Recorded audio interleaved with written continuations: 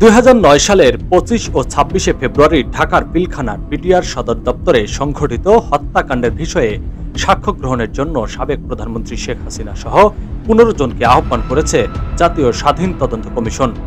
গতকাল এ বিষয়ে বিশেষ বিজ্ঞপ্তি প্রকাশ করেছে কমিশন। বিজ্ঞপ্তিতে বলা হয়েছে, ঘটনাটির সুষ্ঠু তদন্তের স্বার্থে সংশ্লিষ্ট 15 জন ব্যক্তিকে সাক্ষ্য প্রদানের জন্য আহ্বান জানানো হয়েছে। সাক্ষ্য গ্রহণের কার্যক্রম 31 মার্চের মধ্যে সম্পূর্ণ করার পরিকল্পনা রয়েছে। বিজ্ঞপ্তিতে প্রকাশের 7 দিনের মধ্যে সাক্ষীদের তাদের সুবিধামতো সময়সূচি লিখিতভাবে কমিশনকে জানাতে হবে। সাক্ষীরা ফোন, ইমেইল বা চিঠির মাধ্যমে সময়সূচি কমিশনের কাছে পাঠাতে পারবেন। বিজ্ঞপ্তিতে সতর্ক করেও বলা হয়েছে, কোনো সাক্ষী যদি অসহযোগিতা করেন তবে জাতীয় স্বাধীন তদন্ত কমিশন থেকে আইন অনুযায়ী কার্যকর ব্যবস্থা নেওয়া হবে।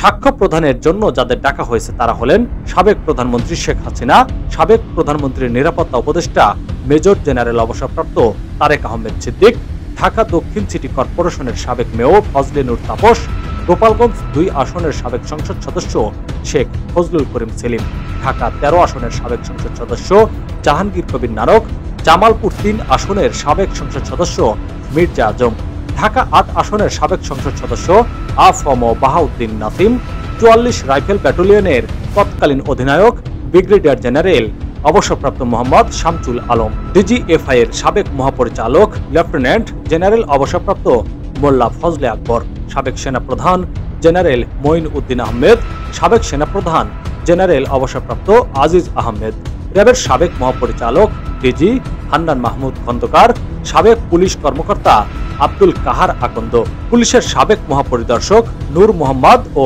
সাবেক অতিরিক্ত আইজিপি মনিরুল ইসলাম।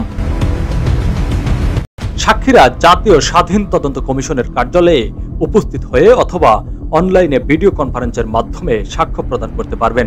সাক্ষ্য প্রদানের জন্য আগ্রহী ব্যক্তিরা মোবাইল 01714022680 অথবা ইমেইল commission@bdrcommission.org এর মাধ্যমে যোগাযোগ করতে পারবেন। এছাড়া কমিশনের কার্যালয়ে BRICM ভবন, 7ম তলা, সায়েন্স ল্যাবরেটরি, ডক্টর কুদরত ই খুদা রোড, ধানমন্ডি, ঢাকা 1205 এসেও সাক্ষী দিতে পারবেন।